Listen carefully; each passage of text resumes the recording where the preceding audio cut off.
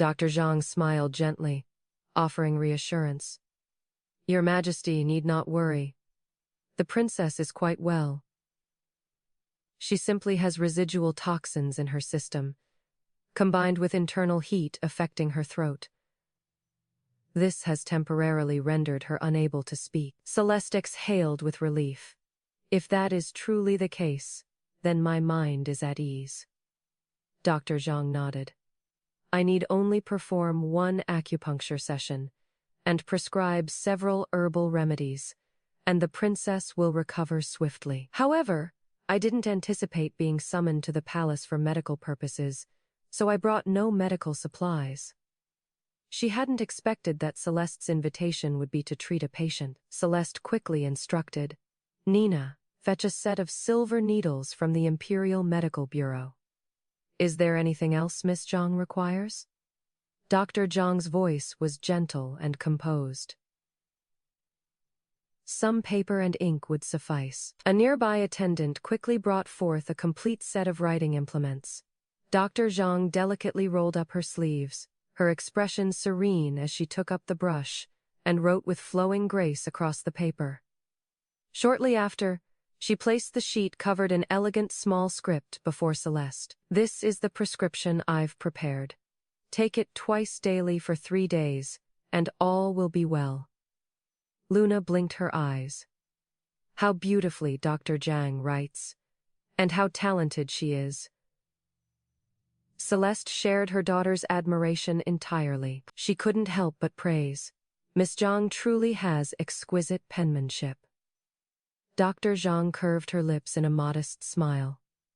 Your Majesty is too kind. Just then, Nina returned from the Imperial Medical Bureau. She handed the silver needles to Dr. Zhang. Dr. Zhang accepted them, speaking softly. I must insert needles at the base of the princess's neck. Celeste turned Luna in her arms and gently pulled down the back of her small garment. Luna immediately clutched tightly at Celeste's robes, her eyes squeezed shut, her small body trembling involuntarily. Though she knew that to speak again soon, today's acupuncture was unavoidable. Still, she couldn't suppress her fear, only able to complain frantically in her mind. Oh no, the needles are coming. I hate needles more than anything. I wish all needles could disappear from this world. Needles and I are mortal enemies. Poor little me.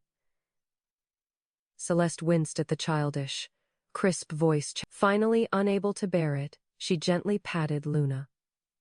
Luna, the acupuncture is already finished. Luna's eyes flew open to find herself already properly dressed again. Dr. Zhang had also packed away the silver needles.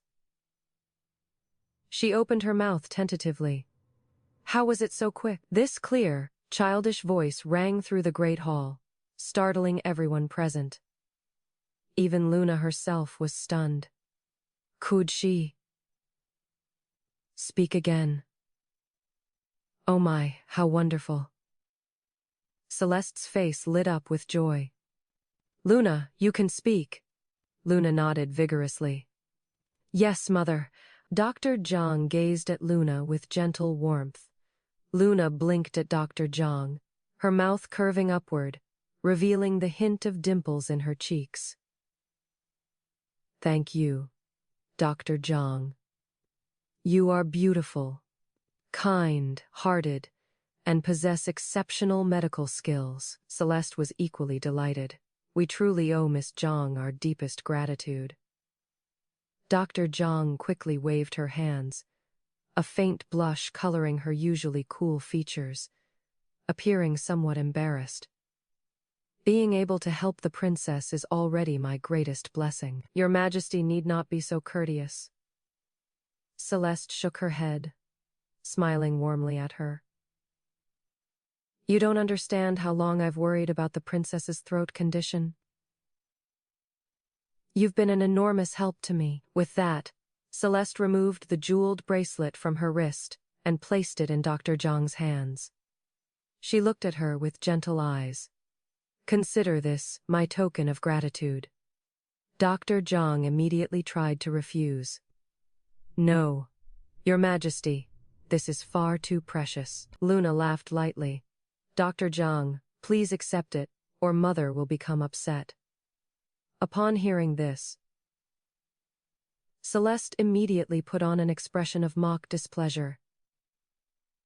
Dr. Zhang finally had no choice but to accept the bracelet, smiling softly. Then I truly thank your Majesty. It is we who should be thanking you, Luna immediately replied.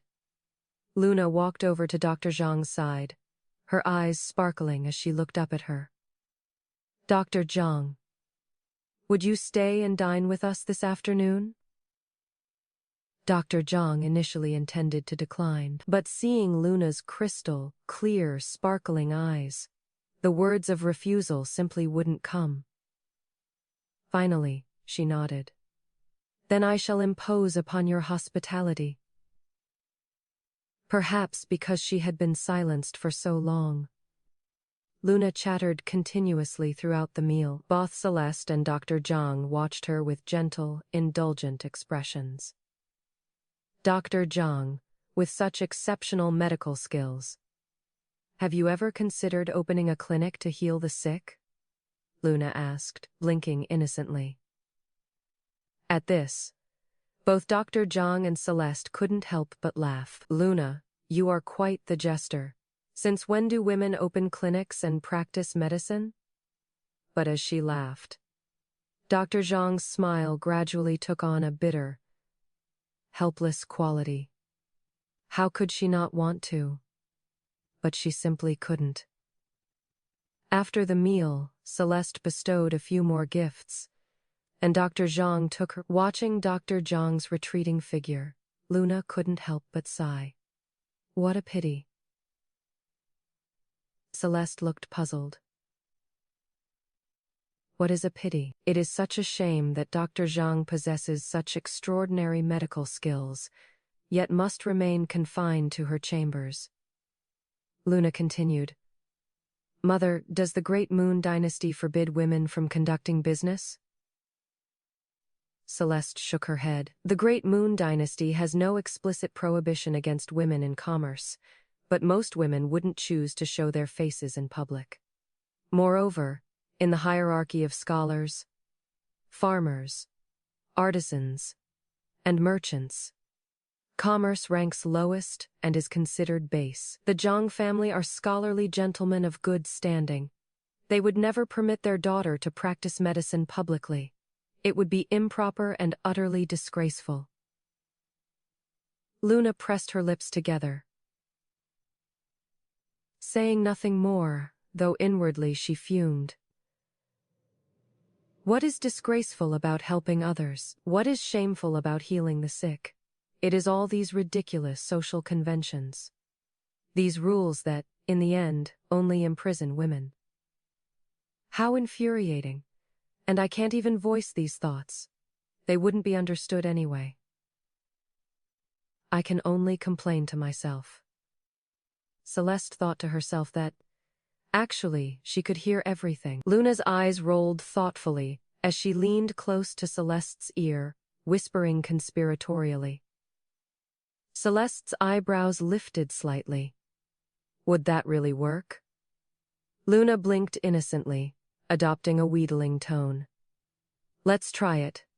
Please say yes, Mother. You are the best. Very well, I agree. We'll try tomorrow.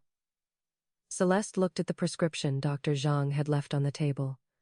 Her thin lips pressed thoughtfully. In ancient times, men could study, join the military, or engage in commerce. But women seemed to have only one path, marriage, followed by obedience to their husbands and confinement to their chambers. As a woman herself, if possible, she would gladly help Dr. Zhang soon. Adrian received the wonderful news that Luna could speak. He immediately set aside all state business and rushed straight to Crystal Palace. Adrian strode purposefully into the hall. I hear Luna can speak now.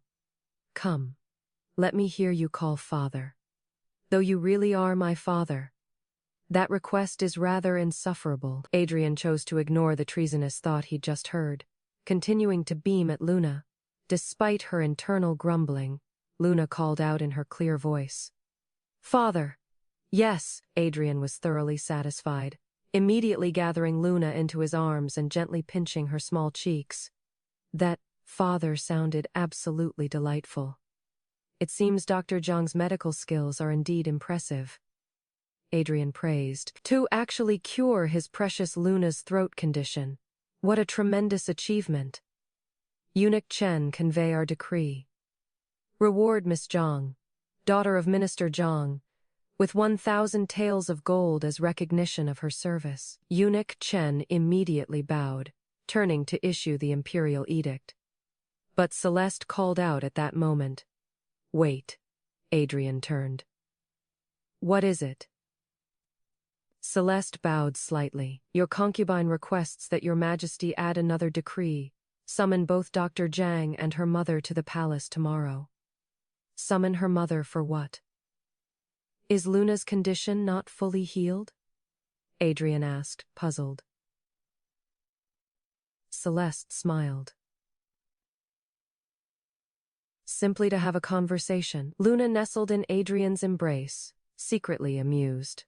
"Heh, this is a little secret between mother and me. I won't tell you, Adrian." Who had been confident in his knowledge, felt a pang of jealousy. His daughter and Celeste already shared secrets he wasn't privy to. However, Adrian quickly recalled his advantage. What did secret conversations matter when he could hear Luna's thoughts? With this realization, Adrian's irritation vanished. He glanced at the still, bewildered eunuch Chen.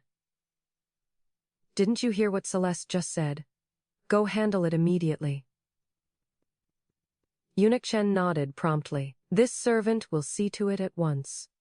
Adrian was in excellent spirits today, spending the entire afternoon in Crystal Palace playing with Luna. He even took his evening meal there. After dinner, as Adrian contentedly sipped the sweet dessert soup Celeste had personally prepared, Eunuch Chen suddenly entered. "Your Majesty, concubine Sophia has sent a letter." Luna swung her little legs, thinking cynically. Humph. What letter? She is just playing the victim to make father soft-hearted. Men always fall for this trick. Father will read it and immediately forgive that wicked woman. Oh, my poor elder brother who was poisoned. Oh, my poor mother who was nearly framed. Adrian hadn't forgotten. He truly hadn't forgotten. We shall not read it, of course. Father knows that reading it will make him soft-hearted, so he simply refuses to read it. Men really are all hopeless, Adrian thought. He wasn't. He hadn't forgotten. He was certainly not one of those hopeless men.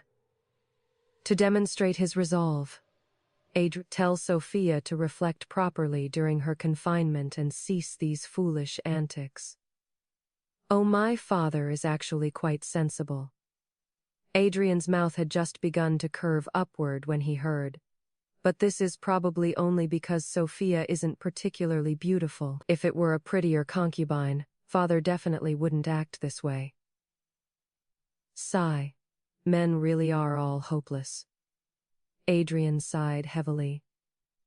What was with this hopeless business, and why did it keep coming back to that? From now on, no one in the entire palace would be allowed to eat anything involving that particular. Meanwhile, at Serene Hall, Sophia sat listlessly in her chair. Seeing Ruby return, she forced herself to show some energy, asking urgently. Did His Majesty read the letter? What did he say? Did he mention releasing me? Ruby kept her head lowered, her voice weak and trembling. His Majesty didn't read the letter, and he said. Sophia snapped. Said what? Ruby immediately fell to her knees. He said Your Majesty should reflect properly and stop causing these disturbances.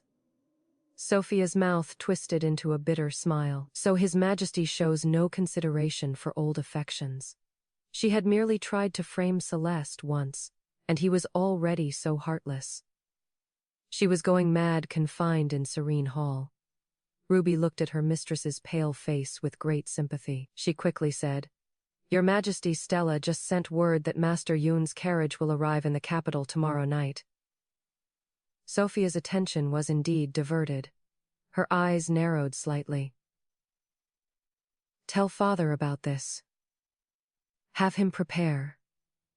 Tomorrow night, Master Yoon must be eliminated outside the city."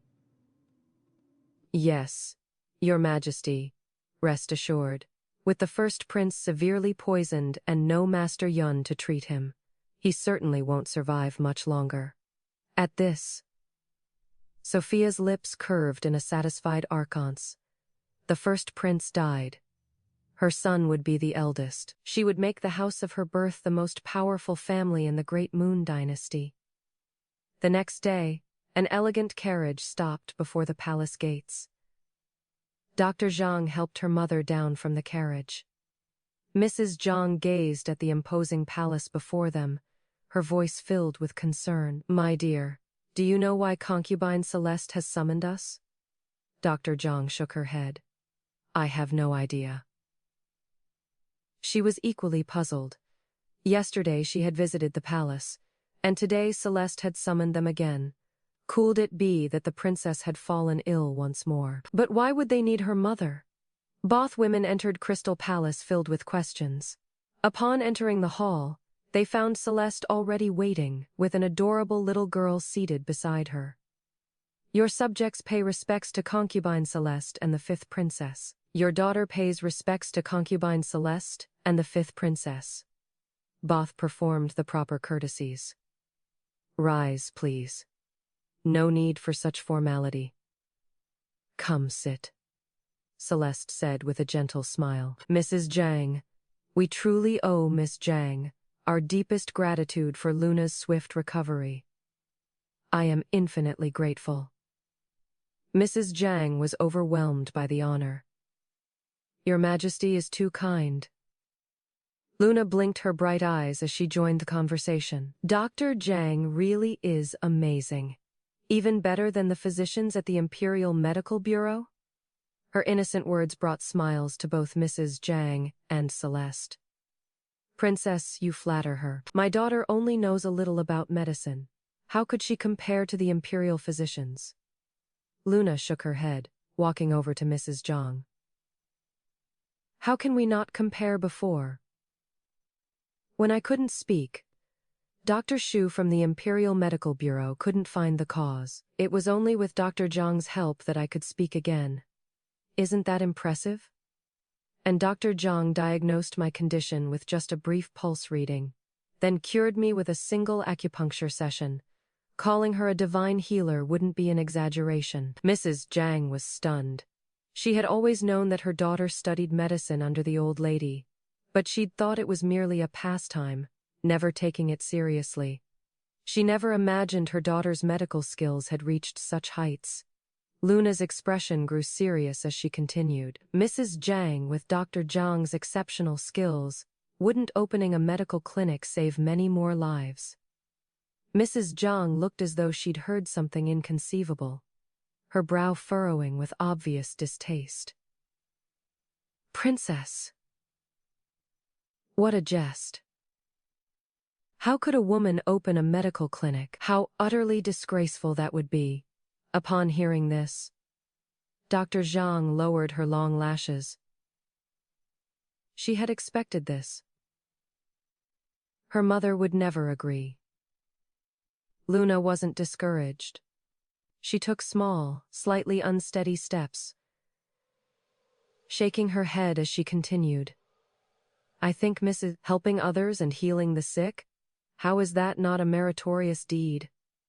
Dr. Zhang's medical skills are so refined that she might be a bodhisattva reborn, come to Earth to relieve suffering and save lives. For Mrs. Zhang to prevent Dr. Zhang from healing the sick would be going against heaven's will." Mrs. Zhang was speechless. How was she going against heaven's will? Celeste smiled knowingly. gently shaking her head. Despite her young age, Luna certainly had a way with words. But Mrs. Zhang wasn't entirely convinced by these arguments. She still frowned, saying nothing. Celeste took a delicate sip of tea, her voice measured. I understand Mrs. Zhang's concerns. The Great Moon Dynasty has few women in commerce, and the Zhang family holds a scholarly reputation. However, there might be a solution that serves everyone's interests. Mrs. Zhang looked up with curiosity. What solution? Luna pressed her lips together to hide her smile. Mrs. Zhang's attitude is softening. This will definitely work. Celeste curved her lips. Simply ensure no one discovers it is the Zhang family's daughter. Miss Zhang could wear a veil while practicing medicine, with all servants and attendants being unfamiliar faces, making identification impossible. The clinic's setup could be specially arranged, like a pawn shop, with the physician and patients separated by a screen, allowing Miss Zhang to take pulses and observe patients while ensuring her safety. Mrs. Zhang pressed her lips thoughtfully. This did seem to address all concerns. However, Luna sensed Mrs. Zhang's interest and hesitation. She immediately winked at Dr. Zhang. Dr. Zhang, your turn. Dr. Zhang understood immediately and knelt before Mrs. Zhang. Mother, from childhood until now, your daughter has been obedient and well-behaved, never asking anything of you. This once, please allow your daughter this indulgence. Grandmother was confined to the inner chambers, her medical knowledge unused, spending her days sighing in melancholy. Mother, would you want your daughter to suffer the same fate?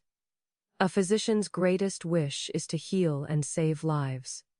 Nothing else matters. Dr. Zhang grew more emotional as she spoke, her eyes reddening with unshed tears. Mrs. Zhang's heart immediately softened. Her daughter had been strong and understanding since childhood. When had she ever been like this? Very well, Mother agrees. Mother agrees. Celeste and Luna exchanged knowing smiles. Success. Later, at the Zhang residence. What? Open a medical. Minister Zhang, returning from court after hearing his wife's account, was beside himself with anger. Mrs. Zhang wasn't about to indulge his outburst, glaring fiercely at him. She placed her hands on her hips angrily. Why are you shouting? Minister Zhang immediately deflated, offering his wife a placating smile. It is not that, my dear. You must understand. Women rarely open shops in the Great Moon Dynasty, especially for scholarly families like ours, Mrs. Zhang retorted. So we'll have our daughter wear a veil when seeing patients. Others won't recognize her, and even if someone did, we'd simply deny it. Who has proof? Minister Zhang opened and closed his mouth, but seeing this. Mrs. Zhang stamped her foot in anger, then began dabbing her eyes with a handkerchief, her voice pitiful. Wah, wah, wah, I knew it. You don't really love our daughter at all. Minister Zhang panicked, immediately explaining himself. How could I not love our daughter? She is our only child, so sweet and obedient. We've treasured her since birth. Mrs. Zhang glared at him. Then why won't you fulfill her heart's desire? Has our daughter ever asked you for anything since childhood? She has this one simple wish, just to heal and help people. And you are making excuses and refusing. Mrs. Zhang began wailing again. Oh, my poor daughter. How unfortunate to have such a heartless father. Wah, wah, my precious daughter. My poor child. Minister Zhang rubbed his temples wearily. Softening his tone, he said, All right. All right. Please stop crying. I agree. Is that enough? Mrs. Zhang immediately stopped, blinking at him. Really? Minister Zhang nodded reluctantly. Dr. Zhang, who had been eavesdropping outside the door, couldn't contain her joy as she burst in and bowed to both parents. Her voice brimmed with excitement and delight. "Thank you, Father." "Thank you, Mother." Minister Zhang, seeing his daughter's radiant smile, sighed deeply. This was the first time he'd ever seen his daughter so happy. So be it. As long as his daughter and wife were content. Let others say what they would, if this truly affected their daughter's marriage prospects, he wasn't afraid. He would simply care for his daughter for life. As night fell over the capital's outskirts, on a small hillside, a group of black-clad figures lay in ambush, their eyes fixed unblinkingly on a carriage slowly approaching. The carriage was exquisitely crafted, with a jade pendant hanging from its front. The leader among the black-clad figures immediately recognized it. That is the first prince's carriage. Master Yun must be inside. He gestured to those behind him. The assassins immediately sprang into action, drawing their swords and charging straight for the carriage. The driver cried out in terror. "Assassins, help!" The black-clad figures sneered coldly, swiftly dispatching the driver. The remaining assassins worked in coordinated fashion, quickly eliminating all the guards surrounding the carriage. One assassin leaped nimbly onto the carriage and forcefully pulled back the curtain. Under the cold moonlight, he clearly saw that the elegant carriage interior was completely empty, not a soul in sight sensing danger.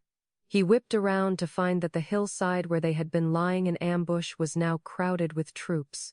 The imposing force carried gleaming swords that reflected menacingly in the moonlight, creating an overwhelming sense of dread. The assassins immediately formed a defensive circle, attempting to break free, but by then, it was too late. At an inn in the capital, Stella sat by a second-floor window, gazing absently at the lights flickering outside. She had snuck out of the mansion again today, hoping to encounter the third prince. But despite waiting all day at his residence gates, she hadn't seen him. The guards wouldn't even help relay a message. Stella's eyes flashed with anger. Once the third prince fell in love with her, she would certainly teach these snobbish fools a lesson.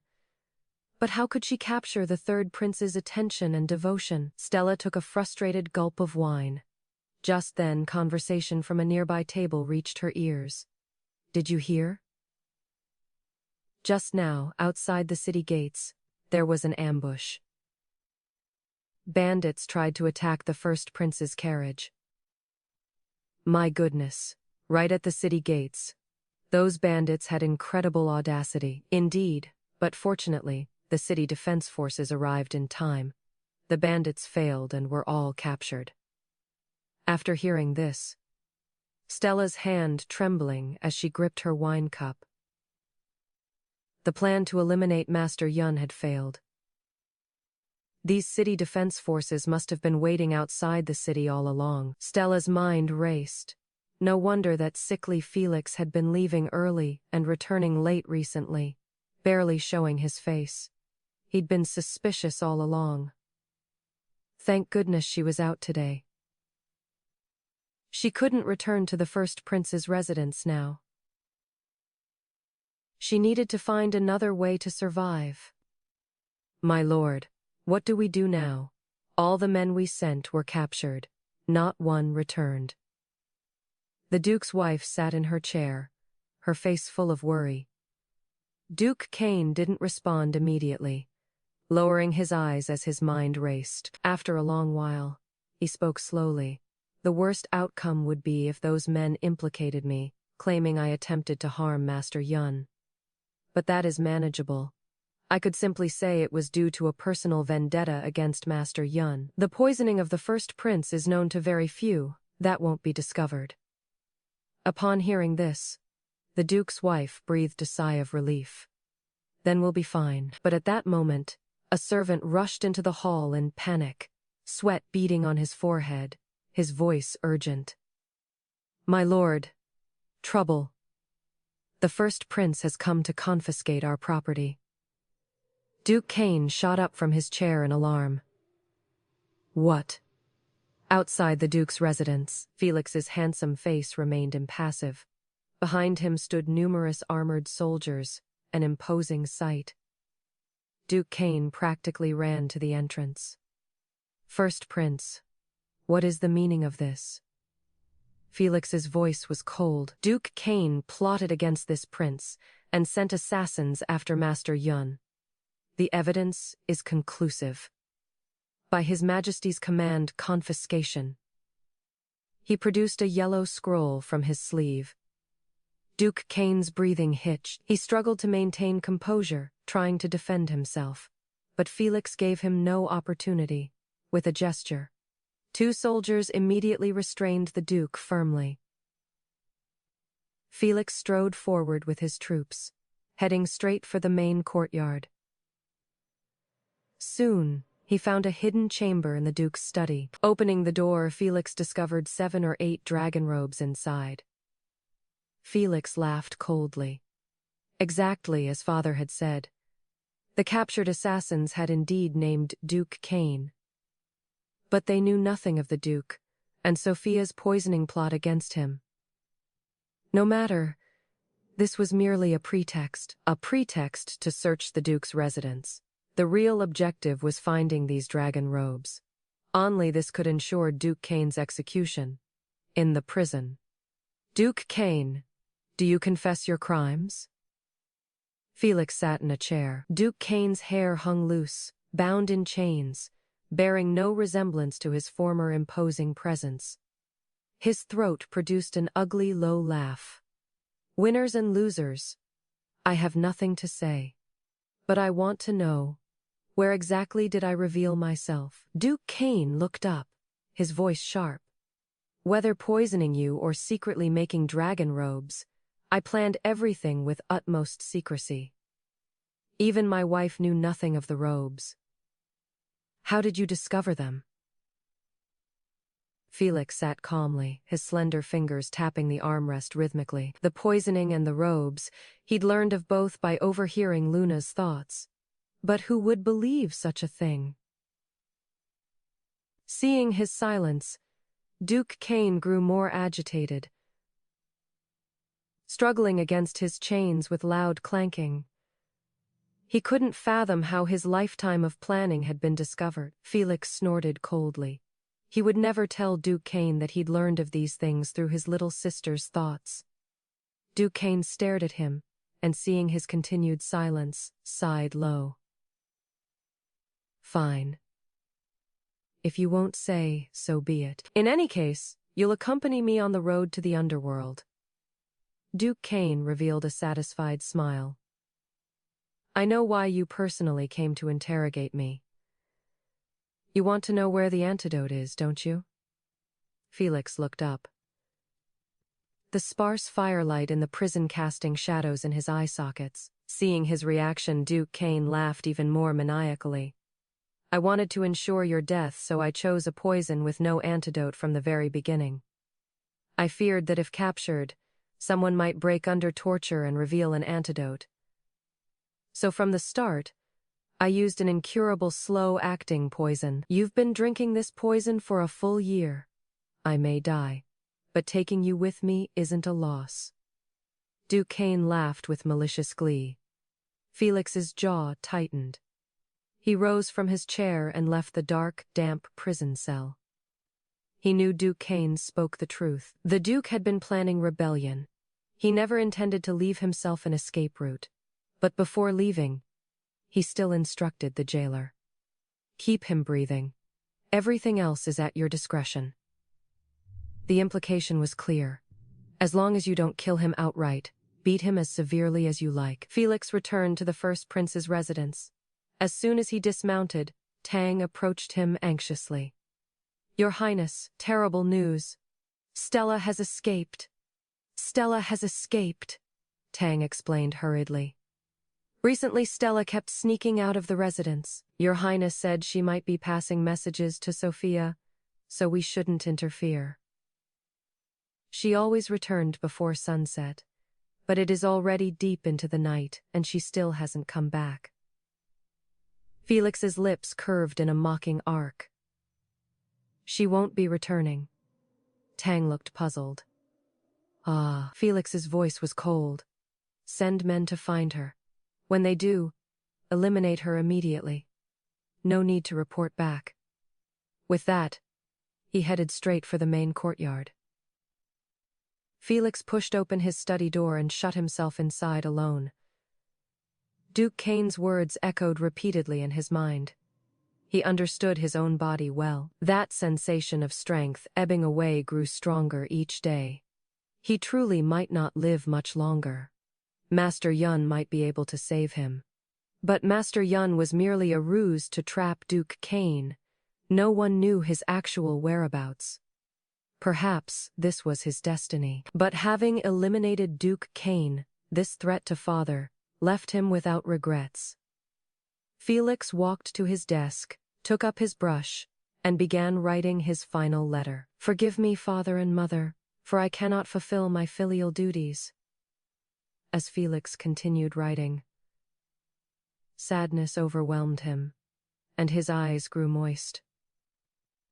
Just then, Tang's voice came from outside again. Your Highness, His Majesty and the 5th Princess have arrived, and they've brought a young lady.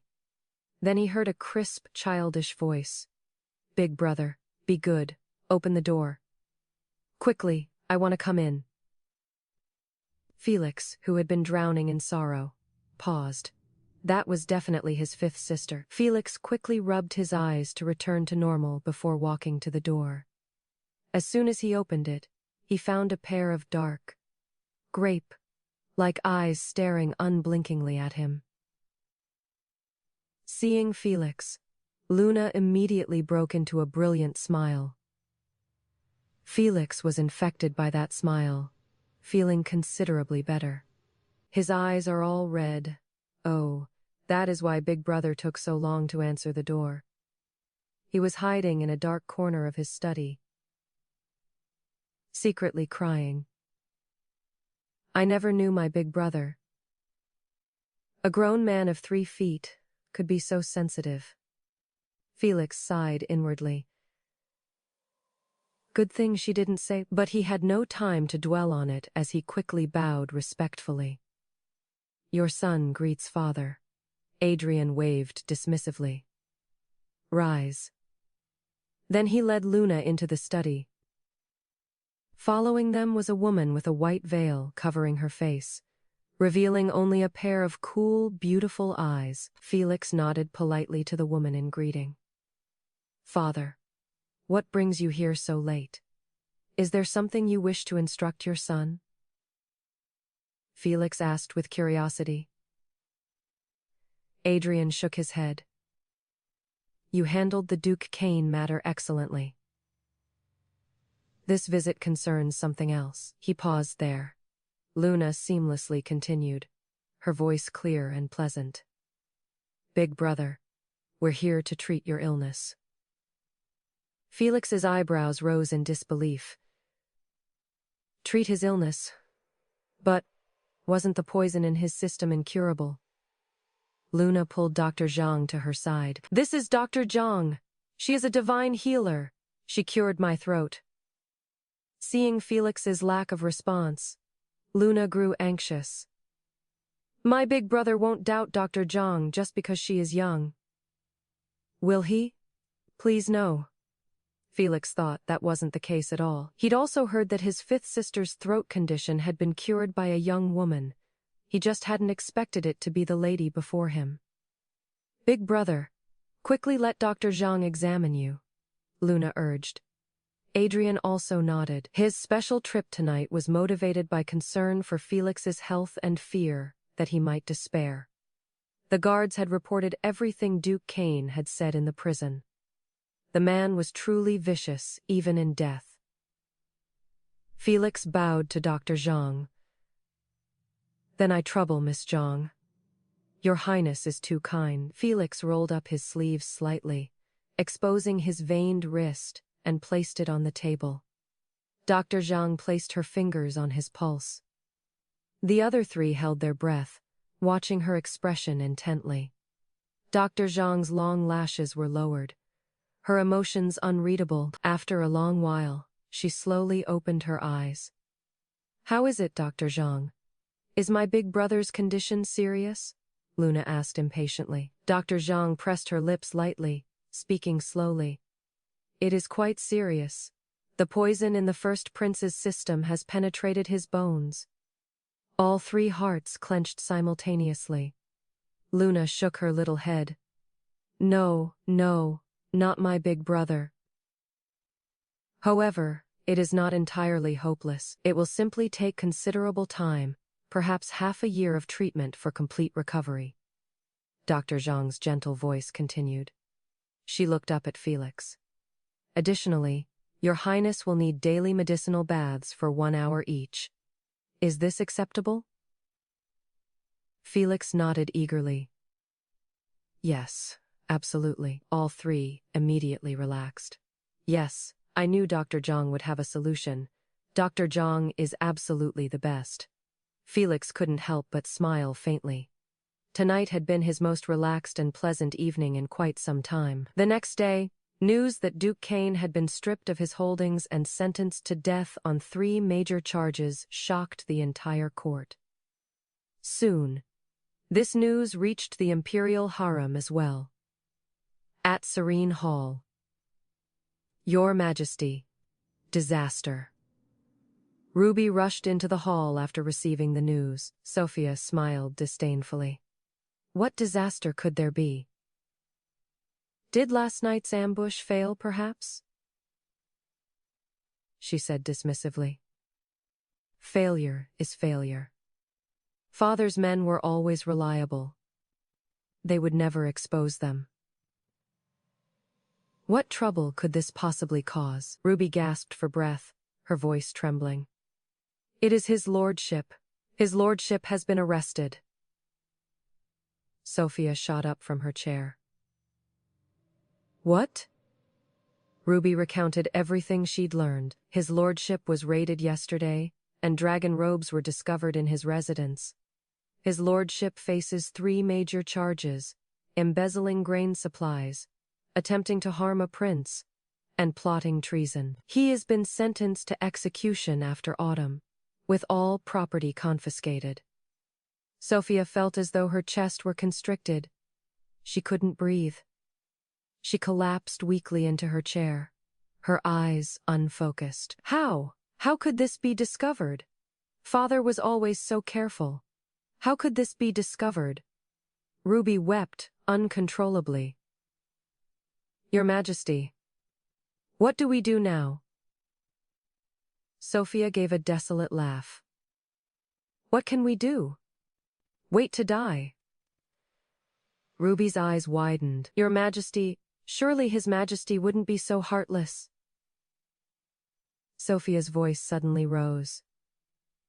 "The house has fallen.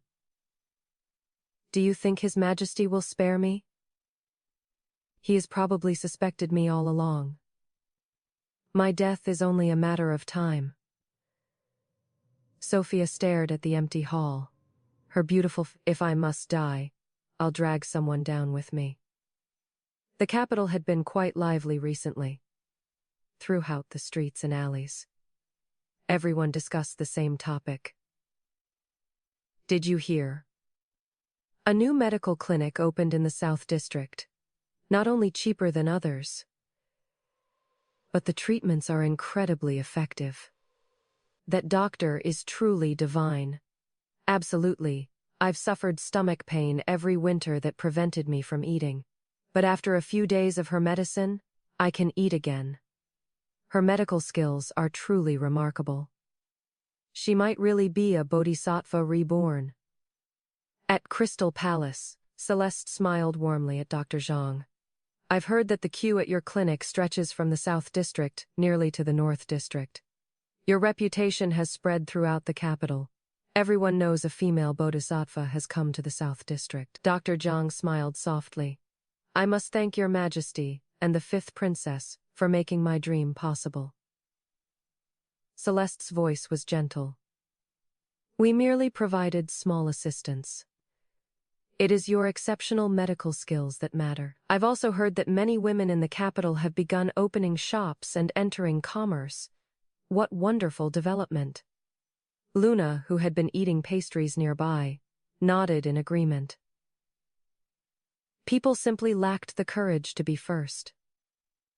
The risks for women in commerce are too great, but seeing someone succeed encourages others to try. Celeste glanced at her daughter with amusement. Her Luna truly had profound insight. After some more conversation, Dr. Zhang produced 3 small jade bottles, placing them on the table. These are medicinal ointments I specially prepared for treating bruises and injuries. Very effective. Luna's eyes sparkled. Wow. Thank you, Dr. Zhang.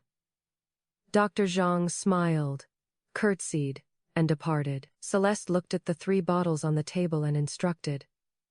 Nina, store these medicines safely. Luna quickly interjected. Wait, Mother. Don't store them all. Leave 1 bottle. I want to give it to Father. Celeste looked puzzled. Why would you give your father medicine? Luna blinked. Because Father might get injured. Celeste was confused. How would His Majesty get injured? Luna tilted her head.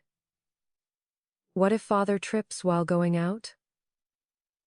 Or what if Eunuch Chen accidentally trips him? Or what if he hits himself while throwing memorials at ministers? Celeste sighed. You really shouldn't wish such misfortune on your father, Luna continued, acting cute.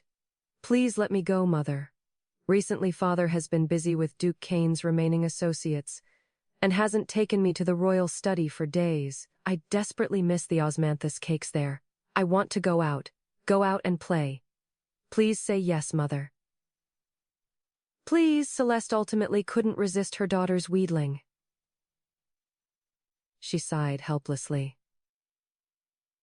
Fine, but stay close to Nina, and don't wander off. She still had many imperial household accounts to review, and couldn't spare the time. Luna nodded vigorously. Yes, Mother. I promise to return safely. Celeste felt even less reassured by those words. Luna got her wish to leave Crystal Palace. However, she was now followed by 20 eunuchs. Celeste still worried and wanted extra protection for Luna.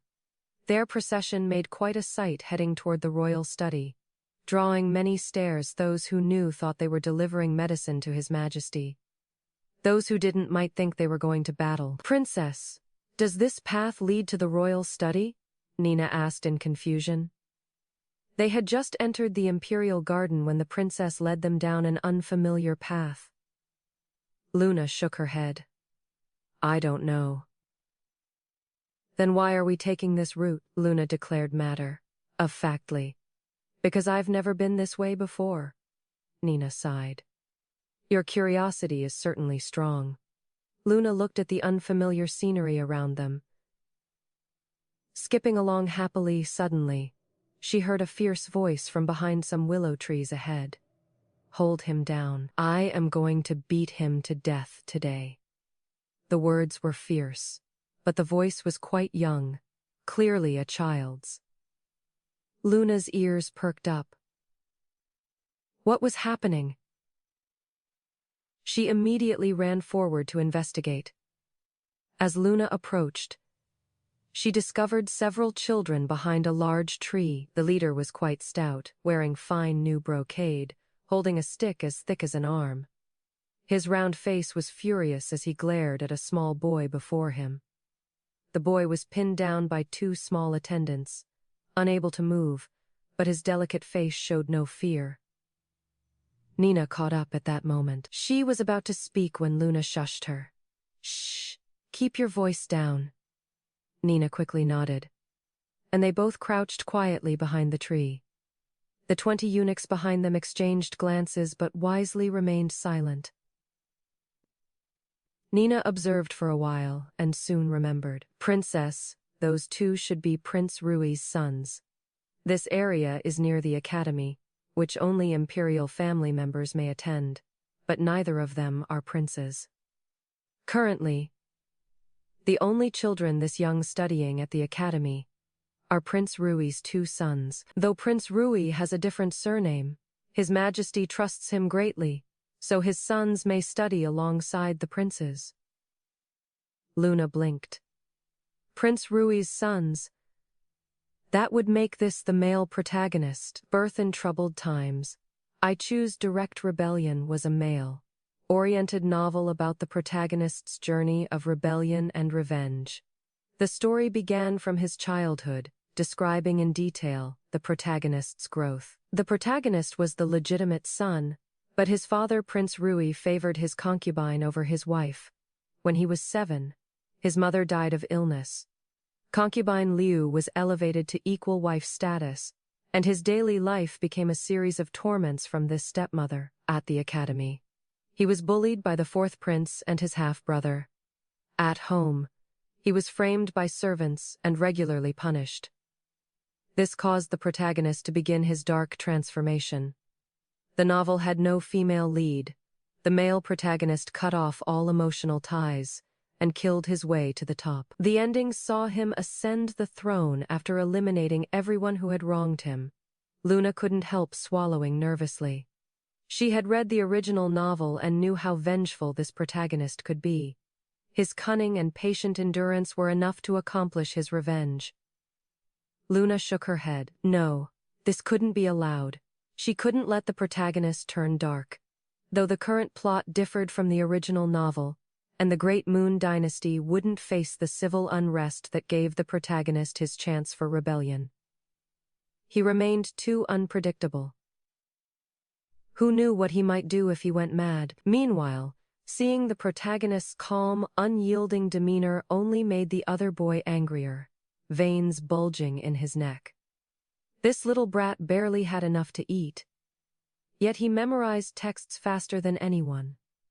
The tutor constantly praised him. What was there to praise? Today he would beat him until he could never recite again. The boy raised his wooden stick high. Just as it was about to strike the protagonist's back, he heard a clear, childish voice. Stop.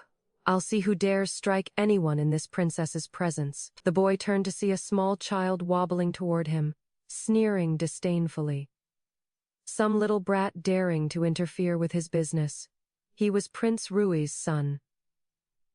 Wait, what had this child just claimed to be? Nina followed behind Luna, her expression stern. The boy suddenly snapped to attention, quickly falling to his knees in kowtow. Greetings to the fifth princess. Greetings to the fifth princess. He'd heard his mother mention that the fifth princess was currently the most favored person in the entire palace. She absolutely could not be offended. Luna glared at the boy. This princess doesn't want to see you. Get lost. In the original novel, this boy relied on his mother concubine, Liu's favor to frequently bully the protagonist. During academy sessions, he often knocked over the protagonist's meals, forcing him to attend classes hungry. A bad child from the start. The boy didn't understand why the fifth princess disliked him, but he quickly fled with his two lackeys. In his haste, he even tripped and fell. The protagonist had risen and was dusting dirt from his clothes. Seeing Luna, he turned and bowed respectfully. Greetings to the fifth princess. Luna blinked, studying the boy before her.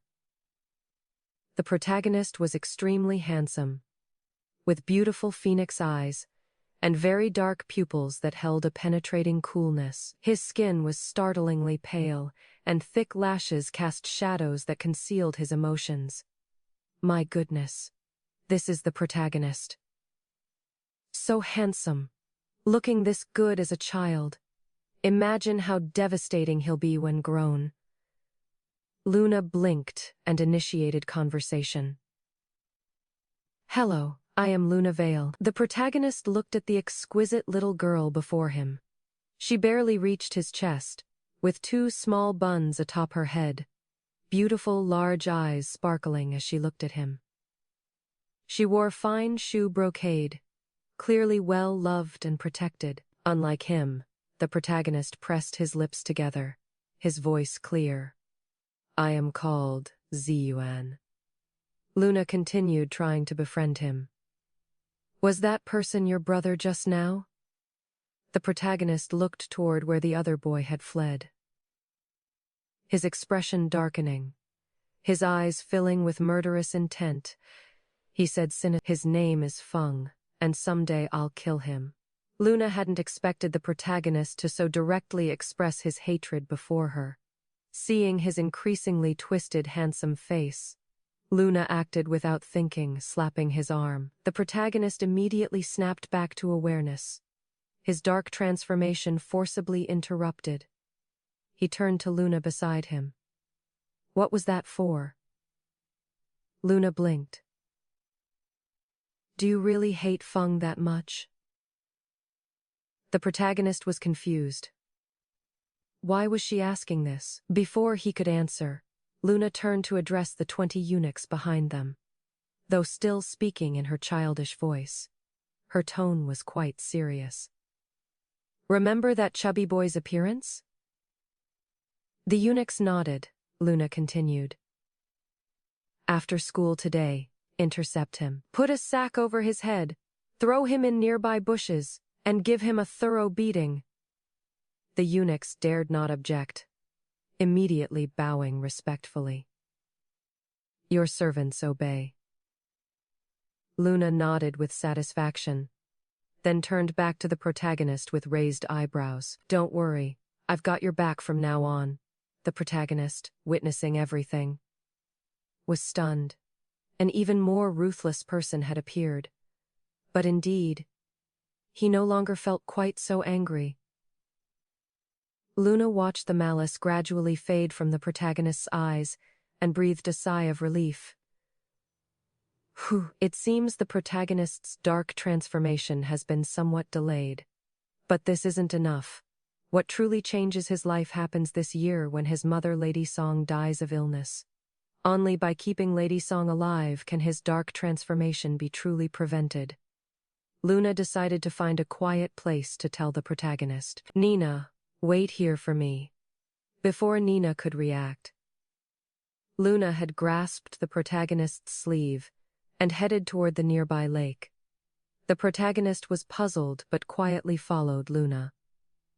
Luna walked too quickly, not watching her step, and nearly tripped on a protruding pebble. The protagonist reacted swiftly, immediately steadying Luna. The moment he grasped Luna's small hand, he discovered that his ears had suddenly become quite noisy. Oh my, nearly fell to my death. So close. This wretched pebble. The protagonist released Luna's hand once she was steady, but he found the voices in his ears didn't disappear. Instead, they became even livelier. The protagonist's hand is so big. Is he really only 7 years old? But this time I really should thank him, or I would have fallen flat on my face. The protagonist was now completely certain. He was hearing Luna's thoughts. This seemed absurd, but he quickly accepted it. Luna pressed her lips thoughtfully. How should I bring this up so he'll believe me? I can't just tell him directly that his mother will die this year. The protagonist's eyes widened. His mother would die this year. Luna sighed. But her death isn't accidental. She is being poisoned. The protagonist's heart seemed to The poisoner is Prince Rui's concubine. Feng's mother, concubine. Liu, concubine. Liu bribed one of Lady Song's maids named Peach. Concubine Liu had Peach secretly add poison to Lady Song's medicine, causing her chronic illness. The protagonist's heart clenched painfully. Peach had served his mother faithfully for years. Always obedient and loyal. He never imagined she would betray his mother for concubine Liu, poisoning her.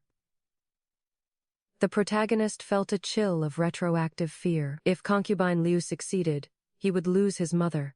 Though he didn't know how Luna learned these things, he chose to believe her, because he had heard Luna's thoughts directly. No one lies in their own mind.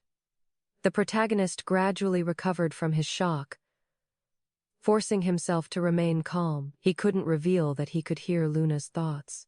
It would frighten her. Given Luna's mental chatter frequency, this might literally silence her to death. He pressed his lips together. Speaking calmly, "Say whatever you wish. I am already 7 years old." Luna was surprised.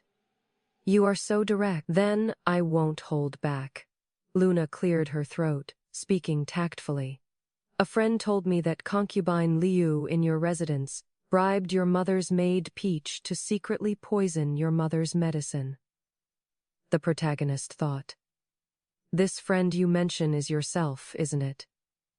He nodded to show understanding. Luna was amazed by his calm reaction. My goodness, why is he so composed? Did he already know? Could he really be a genius? The protagonist sighed inwardly. "That was only thanks to your thoughts." He looked up at her. "Besides this, is there anything else you wanted to tell me?" Luna blinked. "Actually, there is more, but I don't want to say it. I am afraid you couldn't handle it." The protagonist's curiosity was piqued. What could he not handle? But unexpectedly, Luna truly didn't think about it anymore. "This place is so peaceful and comfortable. What should I have for dinner tonight? How about fresh bamboo shoot and fish soup?" The protagonist sighed. He should probably return home first. Telling his mother about Peach's poisoning was the urgent matter. As for other things, Luna would tell him eventually. The protagonist suppressed his curiosity, bowed respectfully, but Luna called out, "Wait." The protagonist raised an eyebrow questioningly. Luna pulled a porcelain bottle from her sleeve and handed it to him. "This ointment treats bruises and injuries very effectively. You'll probably need it, so I am giving it to you. After all, Prince Rui and Fang often hurt him. Hopefully this ointment will help him feel better." The protagonist accepted the jade bottle, feeling its cool, solid weight as his lips curved slightly upward. His cold phoenix eyes warmed with gentle light. "Thank you." He actually smiled. This is the first time I've seen the protagonist smile. He looks so handsome when he smiles. Luna quickly refocused, smiling back with dimples showing. After the protagonist left, Luna suddenly remembered. Wasn't she supposed to deliver medicine to Father? Luna sighed. "Sorry, Father. I gave away your medicine. If you really get injured, just find an imperial physician yourself." Nina, seeing the protagonist had gone, rushed to Luna's side. Finding Luna unharmed, she breathed a sigh of relief. "Princess, you scared me so much." Luna tilted her head. "I just talked with Ziyuan for a few moments." "How did that scare you?" Nina said worriedly. "That Ziyuan is Prince Rui's legitimate son, but he is notoriously disobedient. I was just afraid he might harm you." Luna pressed her lips together. Ziyuan's defiance stemmed from Prince Rui's extreme favoritism. Not only did he favor his concubine over his wife, but he also doted on Feng while neglecting Ziyuan. Children aren't oblivious to parental favoritism. They're often more sensitive to it. Luna felt she needed to speak with her father. She would definitely help Ziyuan. Meanwhile, at the royal study, Adrian looked at Lu Chengxing in the hall, his voice authoritative and steady. "I've reviewed your reports and battlefield analyses. You show great talent. With Duke Kane's treason, leaving the court temporarily without capable leadership. Yet Yuan country choosing this moment to rebel and capture 2 of our border cities. I've decided to appoint you as general of the distant pacification. To quell this rebellion." Lu Changqing was surprised, but quickly felt the weight of responsibility. He immediately knelt respectfully, his voice loud and clear. Your subject accepts the command, and will not fail your Majesty's trust. Adrian nodded with satisfaction. Excellent, you may go. Lu Changqing bowed and left the royal study. But unexpectedly, as he emerged, he encountered Luna skipping toward the entrance. Seeing Lu Changqing, Luna ran while waving. Uncle? What a surprise to run into Uncle here. Lu Changqing was equally delighted. His last meeting with Luna had been at the capital magistrate's office. He'd truly missed her. Luna ran straight into Lu Changqing's embrace. Lu Changqing caught her, his stern face breaking into a smile. Luna blinked. It has been so long, Uncle. Lu Changqing chuckled softly. Indeed, last time we met, Luna could only babble, and now she can speak so well. What kind of comment is that? Luna pouted indignantly. I could always talk. Last time I was sick and couldn't speak. Lu Changqing quickly agreed. Of course, of course. Our Luna is very clever and learned to speak quickly. He removed a white jade pendant from his waist and offered it to Luna. Would Uncle like to give this to Luna? Luna's eyes lit up at the jade pendant. Ah, a jade pendant. Money. I love money. Lu Changqing smiled. He'd guessed correctly. Luna did indeed love it. His niece was quite the little money. Lover. Uncle, why did you visit Father at the royal study today? Lu Changqing nodded. His Majesty appointed me general of the distant pacification to fight Yuan country. I'll be departing for campaign soon. Luna looked reluctant. Uncle must be careful. Luna will wait for your return. Lu Changqing nodded firmly. Uncle will bring Luna gifts when he returns to the capital, knowing he couldn't linger in the palace. After some more conversation, Lu Changqing departed. After her uncle left, Luna wandered into the royal study. I haven't been to the royal study in days. I still want to steal those big golden bricks. Adrian didn't need to look up to know his little daughter had arrived. He set down his brush, descended from the dragon throne, and lifted Luna up. His face beaming, he asked, Did Luna miss Father? That is the story for today. Hope you enjoyed this incredible tale. Share your thoughts in the comments below. I'd love to subscribe for more captivating stories like this. And don't forget to like and share this video. Thank you for being here. See you next time.